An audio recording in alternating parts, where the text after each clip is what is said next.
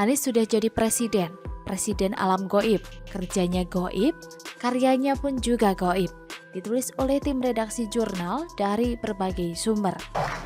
Bang Basri tak mau ketinggalan. Bersepeda kencang seorang diri. Bertemu Golkar selalu menyenangkan, semoga sering ketemu lagi. Saat ini sudah unggul. Dan harapan kami juga bahwasannya Bapak Anies banyak yang meminta dan meminang dari banyak berbagai partai. Alhamdulillah semuanya itu dilakukan oleh gerakan-gerakan dari teman-teman. Ini dalam kondisi berbahaya, masih lampu kuning. Dengan kondisi seperti ini kuning-kuning merah ini. Kenapa kuning-kuning merah? Kita coba bayangkan sebagai testimoni saja. Di situ ada gambar caleg, terus yang menjadi juru kampanye dari partai. Apakah semua baliho yang ada gambar Romi itu nggak dicopot? Aliansi ini adalah sejenis aliansi yang tujuannya mendorong Anies menjadi Capres Republik Indonesia pada Pilpres 2024 nanti. Kesamaannya adalah Anies Baswedan dikenal juga sebagai pemimpin yang NATO atau not action, talking only.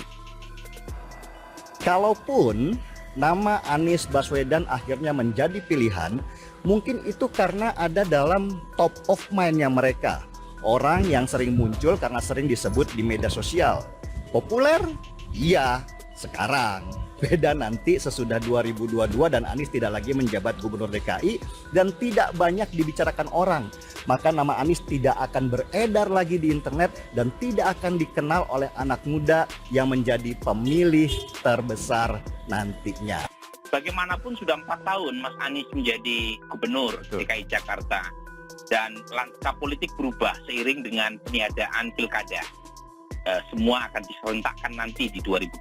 Nah, pada titik itu mau tidak mau, kalau ingin tetap muncul sebagai calon yang kuat, terutama menghadapi peningkatan elektabilitas Ganjar, memang sudah saatnya Mas Anies menghidupkan dan mengaktifasi mesin.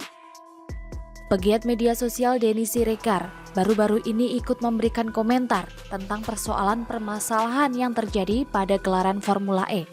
Lewat akun Instagram pribadinya, ia mengunggah potongan artikel dengan judul "Hampir Pasti Menang. Pengamat Anies Baswedan sudah jadi presiden di alam bawah sadar publik."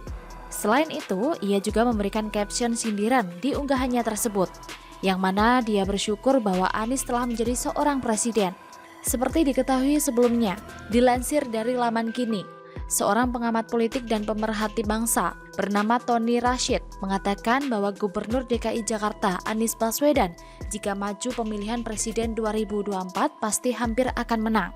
Tony Rashid juga mengatakan bahwa Anies Baswedan itu sama halnya dengan mantan Presiden RI Susilo Bambang Yudhoyono pada tahun 2004 dan Presiden Jokowi pada 2014.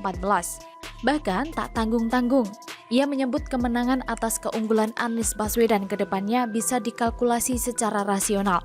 Tony menilai bahwa Anies memiliki magnet atau daya tarik cukup besar. Menurutnya, di mana Anies berada, maka di situ pula berkumpul lautan warga yang histeris. Warga, kata Tony, akan berteriak histeris dengan mengucapkan kata presiden dimanapun Anies berada. Nah, dengan begitu, Tony menilai ex-Menteri Pendidikan dan Kebudayaan itu sudah identik dengan sebutan presiden. Tak hanya itu sob, menurutnya, hal itu sudah terjadi di alam bawah sadar publik. Tak ada komando maupun provokasi. Tentu, kata Tony, ini bukan hal biasa. Dia juga menyebutkan Anies seolah sudah disiapkan oleh takdir untuk memimpin Indonesia.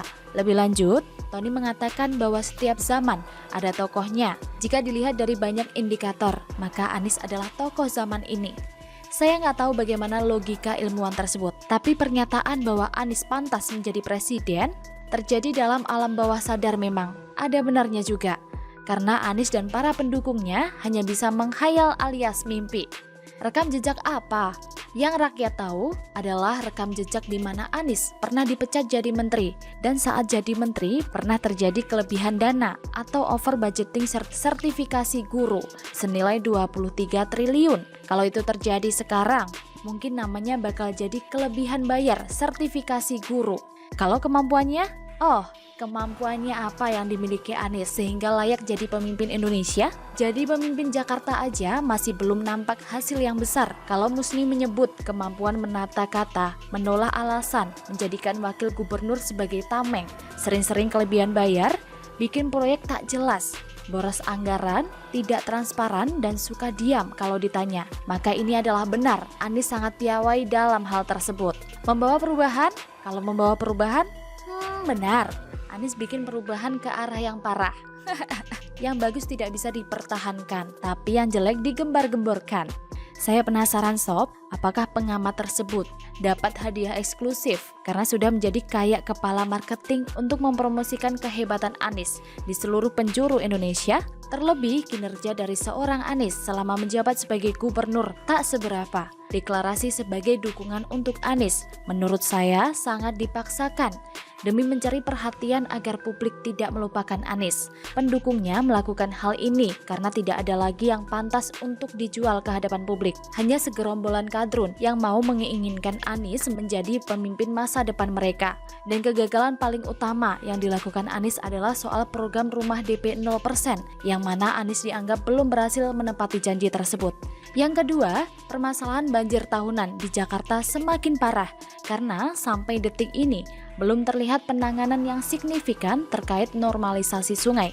Dan yang ketiga, masalah kesejahteraan warga DKI yang berhubungan dengan lapangan pekerjaan.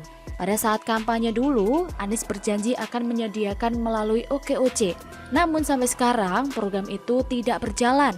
Masih banyak pengibulan Anies yang tentunya membuat sebagian warga DKI marah dan kecewa. Apalagi Formula E yang menjadi bukti terakhir dari ketidakbecusan Anies dalam mengelola uang. Pokoknya amburadul deh sob.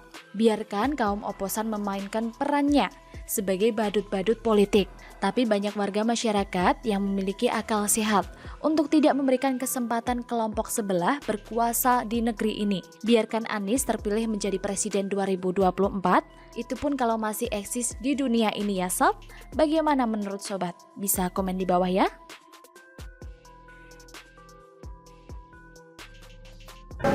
Saat ini sudah unggul. Dan harapan kami juga bahwasannya Bapak Anies banyak yang meminta dan meminang dari banyak berbagai partai.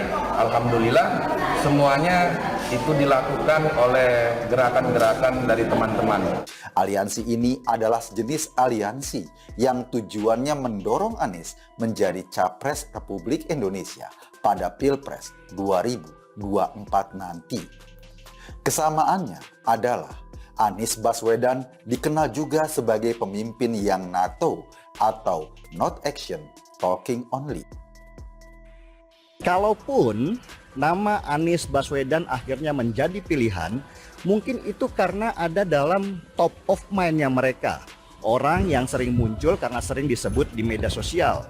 Populer? Iya, sekarang. Beda nanti sesudah 2022 dan Anies tidak lagi menjabat gubernur DKI dan tidak banyak dibicarakan orang.